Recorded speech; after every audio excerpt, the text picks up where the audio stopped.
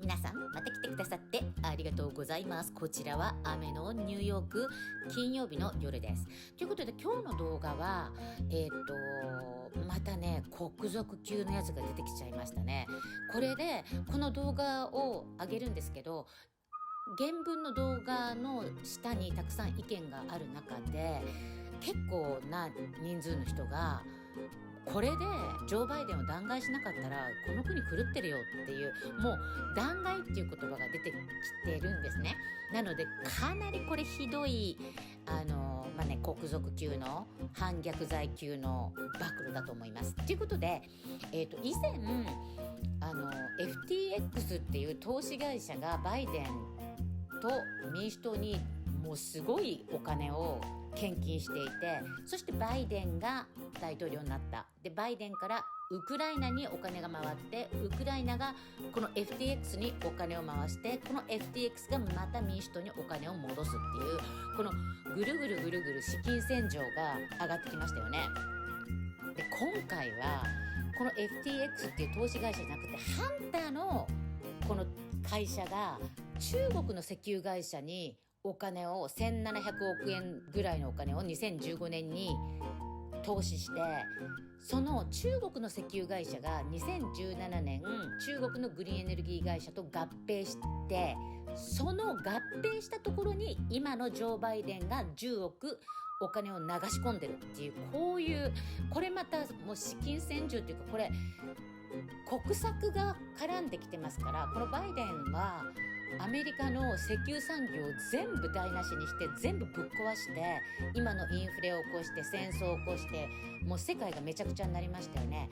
これをすでにハンターが2015年に1700億円ぐらいのお金をこの中国の石油会社に出してるっていうことは、自分が大統領になる前からの長い策略、長い計画だったんじゃないかっていうことまでちょっと浮かんでくるので、ぜひこのバックグラウンドのストーリーをぜひ皆さんに推理してみてほしいと思います。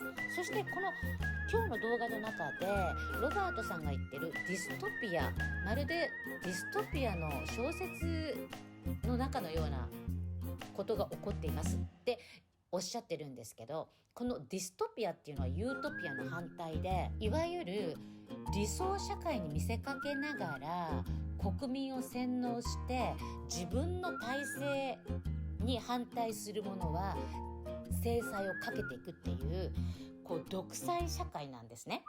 その悪辣な社会のことを言っているので、まさしくこのバイデン、ハンター、中国、こういう民主党の今の動きっていうのが、その裏にはこのディストピアの小説に出てくる独裁社会があるんじゃないかっていうようなことを私は思い浮かべてしまいました。皆さんはどう思いますかということで見てください。どうぞ。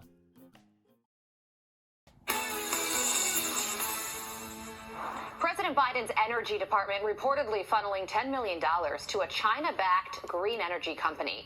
And those funds were sent over after the company partnered with a Chinese oil conglomerate that just so happened to receive $1.7 billion in investments from Hunter Biden's private equity firm back in 2015.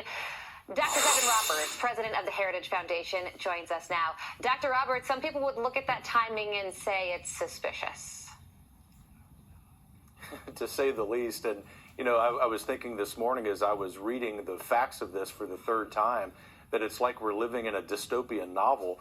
But I'm sorry, I really am sorry, as a proud American to report it's all true.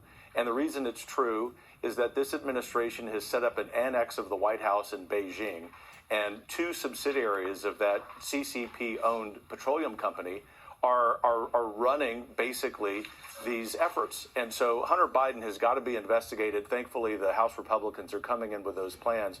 But I'll also say this, Carly, it's really important to note. There are rank and file agents in the FBI who are aware of what's going on, and we need them to stand up and do what's right for America and throw the flag and say it is time to bring this administration to account. The Heritage Foundation will always give them cover with our great analysts and researchers, and this is a cause of American national security.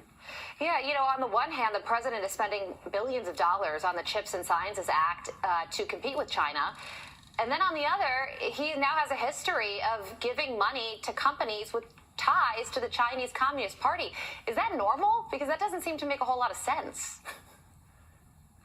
No, it's not normal at all. I mean, just in case someone's watching and wondering about that, it is completely unprecedented.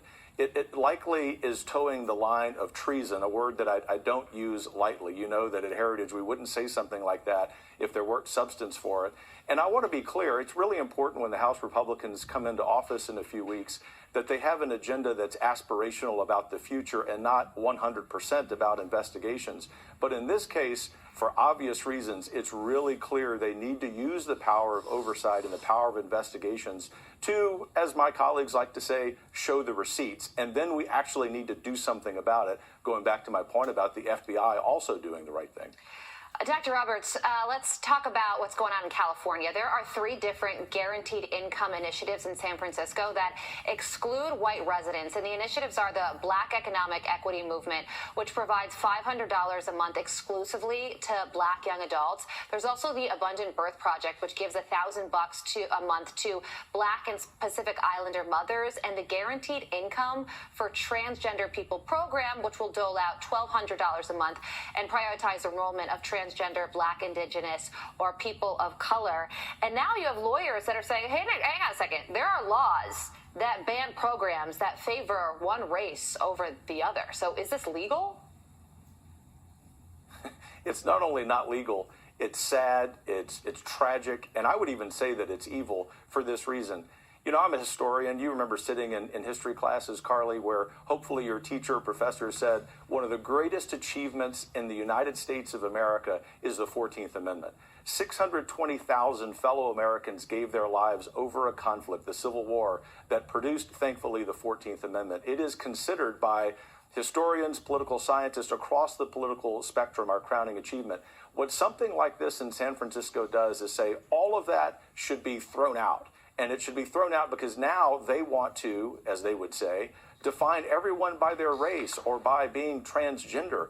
This is precisely the kind of thing that's wrong with modern America. And not to mention that just on the economic side, when you guarantee people an income, guess what they don't do? They don't show up for work. Yeah. So there's nothing about this that makes sense. You're absolutely right. It's the issue of do government handouts really benefit low-income people, making them more reliant on the federal government? Historically, it seems to not be beneficial. Dr. Robert, thank you so much for joining us. We appreciate it.